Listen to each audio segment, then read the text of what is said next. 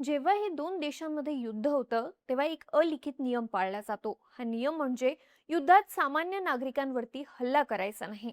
महत्वाचं म्हणजे युद्धात दवाखाने आणि शाळांवरती हल्ला करायचा नाही, हा सर्वात बेसिक नियम असतो. पण सध्या अनेक देशांनी हा नियम धाब्यावर बसवल्याचं दिसतंय. इराण अमेरिका युद्धात अमेरिकेनं इराणमधल्या एका शाळेवरती हल्ला केला. या हल्ल्यामध्ये जवळपास 150 लहान मुलींचा मृत्यू झाला. त्यानंतर आता पाकिस्तान अफगाणिस्तान युद्धातही अशीच घटना घडली आहे.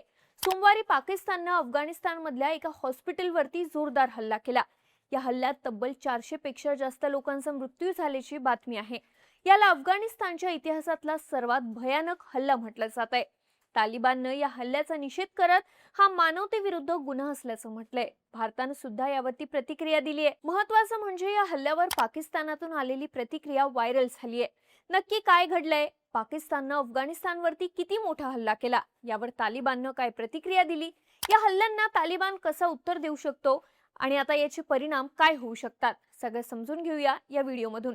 नमस्कार, मी दिव्या आणि तुम्ही पाहताय बोलभिडू. सगळ्यात आधी नक्की काय घडलं ते पाहू. सोमवारी 16 मार्चच्या रात्री पाकिस्ताननं अफगाणिस्तानची राजधानी काबूल मधल्या 4 ते 5 ठिकाणांवरती हल्ले केले. पाकिस्तानच्या एअरफोर्सनं त्याची JF-17 आणि F-16 विमानं वापरून काबूलवरती हल्ला केला. या हल्ल्यांमध्ये अफगाणिस्तानच्या संरक्षण मंत्रालयाजवळचा निवासी भाग, अफगाणिस्तानची गुप्तचर संस्था GDIच्या मुख्यालयाजवळचा निवासी भाग, राष्ट्रपती भवनाजवळचा निवासी भाग आणि काबूल विमानतळाजवळ असलेलं हॉस्पिटल यांना टार्गेट करण्यात आलं होतं. यापैकी हॉस्पिटलवरती झालेल्या हल्ल्यात 400 पेक्षा जास्त लोकांचा मृत्यू झालाय, तर 250 पेक्षा जास्त लोक जखमी आहेत. स्थानिक वेळेनुसार सोमवारी रात्री 9 वाजताच्या सुमारास हा हल्ला झालाय. ज्या हॉस्पिटलवरती हल्ला झाला त्याचं नाव उम्मीद ॲडिक्शन ट्रीटमेंट हॉस्पिटल असं आहे. या हॉस्पिटलची क्षमता जवळपास 2000 बेड्सची आहे. हल्ल्यानंतर हॉस्पिटलच्या संपूर्ण इमारतीनं पेट घेतला. इमारतीतून आगीच्या मोठमोठ्या ज्वाळा बाहेर येत होत्या. त्यामुळे प्रचंड मोठं नुकसान झालंय. उम्मीद ॲडिक्शन ट्रीटमेंट हे अफगाणिस्तानातल्या सर्वात मोठ्या ॲडिक्शन ट्रीटमेंट सेंटरपैकी एक मानलं जातं. खरं तर जगभरात अफूचं जेवढं उत्पादन होतं त्यापैकी तब्बल 80 ते 90% अफू एकट्या अफगाणिस्तानात पिकवली जाते. अफगाणिस्तानात मागच्या अनेक वर्षांपासून सातत्यानं युद्धजन्य परिस्थिती आहे. यामुळे या देशातले अनेक लोक अंमली पदार्थांच्या आहारी गेले आहेत. या हॉस्पिटलमध्ये अशाच हजारो व्यसनी लोकांना ट्रीटमेंट देण्याचं काम सुरू होतं. पण या हल्ल्यामध्ये त्यांचा मृत्यू झाला. रुग्णांसह हॉस्पिटलमधले डॉक्टर, नर्सेस आणि इतर कर्मचारी सुद्धा या हल्ल्यात मारले गेले आहेत. बीबीसीच्या रिपोर्टनुसार या हल्ल्यानंतर हॉस्पिटलच्या काही भागांना आग लागली होती. पत्रकारांना 30 पेक्षा जास्त मृतदेह स्ट्रेचर्सवरून बाहेर नेताना दिसले. अधिकाऱ्यांनी दिलेल्या माहितीनुसार हल्ल्याच्या वेळी हॉस्पिटलमध्ये शेकडो लोकांवर उपचार सुरू होते. त्यामुळे मृतांची आणि जखमींची संख्या आणखी मोठी असू शकते. आता या हल्ल्यांवरती अफगाणिस्तान आणि पाकिस्तानातून काय प्रतिक्रिया समोर आल्या ते पाहूयात. अफगाणिस्तानचा क्रिकेटर रशीद खान यानं पाकिस्तानच्या हल्ल्यांचा तीव्र शब्दात निषेध व्यक्त केला. त्यानं सोशल मीडियावरती पोस्ट टाकत म्हटलंय की युनायटेड नेशन्सनं या हल्ल्यांची चौकशी करावी.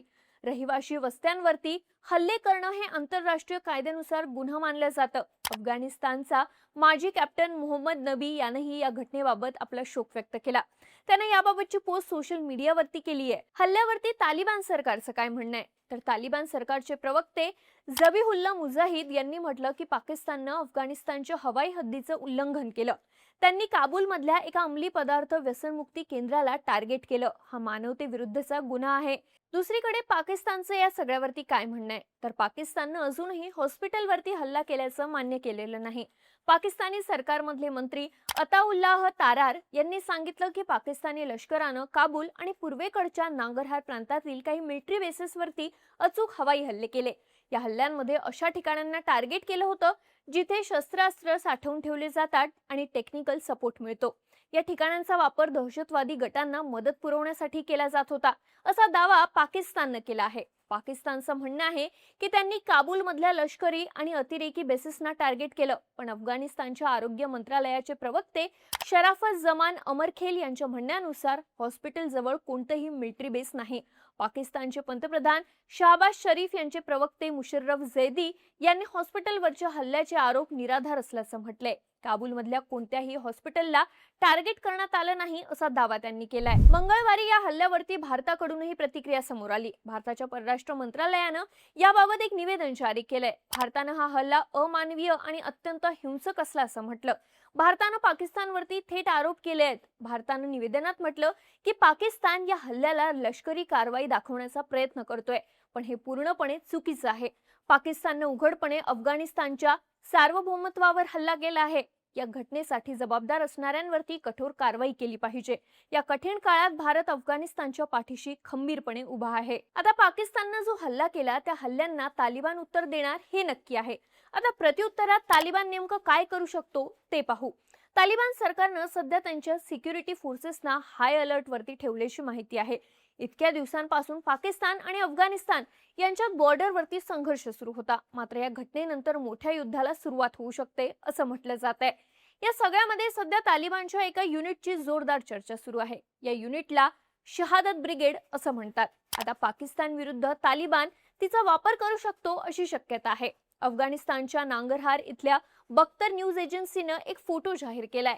यामध्ये आत्मघातकी हल्लेखोरांची युनिट दिसत असल्याचा दावा करण्यात आलाय. हे हल्लेखोर स्फोटकांनी भरलेले जॅकेट्स आणि बॉम्ब्सनं सज्ज असून ते मोठा हल्ला करू शकतात असं म्हटलं जात आहे. तालिबान 2021 मध्ये सत्तेत येण्यापूर्वी 20 वर्ष अफगाणिस्तानात अमेरिकेचं सैन्य उपस्थित होतं. त्यावेळी तालिबाननं या शहादत ब्रिगेडच्या माध्यमातूनच अमेरिकन सैन्याविरुद्ध लढा दिला होता. ऑगस्ट 2021 मध्ये अफगाणिस्तानात तालिबानचं सरकार स्थापन झालं. त्यावेळी विक्ट्री परेडमध्ये तालिबाननं या आत्मघाती हल्लेखोरांना बोलावलं होतं. यानंतर तालिबाननं लष्कर-ए मंसुरी नावाची शहादत ब्रिगेड स्थापन केली. यामध्ये फक्त आत्मघाती हल्लेखोरांचा समावेश आहे. आता त्यांचा वापर तालिबान पाकिस्तान विरुद्ध करू शकतो असं म्हटलं जात आहे. खरं तर पाकिस्तान आणि तालिबान यांच्या लष्करी सामर्थ्याची तुलना केली तर तालिबान पाकिस्तान समोर कधीच टिकू शकणार नाही. मात्र तालिबानकडे अमेरिकेनं मागे ठेवलेले शस्त्रास्त्र आहेत. शिवाय अफगाणिस्तानची भौगोलिक रचना अशी आहे की ते गोरिला वॉरफेअरचा वापर करून पाकिस्तानला जेरीस आणू शकतात. आता शहादत ब्रिगेडच्या माध्यमातून तालिबानचा हेच करण्याचा प्लॅन असल्याचं बोलले जात आहे. एकूणच काय तर सध्या पाकिस्तान आणि अफगाणिस्तान यांच्यातले संबंध अत्यंत तणावाचे बनले आहेत. पाकिस्तानकडून अफगाणिस्तानच्या हॉस्पिटलवरती हल्ला होणं हे अमानवी असल्याचं म्हटलं जात आहे. भारतानंही यावरती प्रतिक्रिया देत आंतरराष्ट्रीय समुदायाकडे कारवाईची मागणी केली आहे. पाकिस्ताननं हे आरोप नाकारले असले तरी 400 पेक्षा जास्त मृत्यू झाल्यामुळे तालिबान प्रत्युत्तर देणार हे नक्की आहे.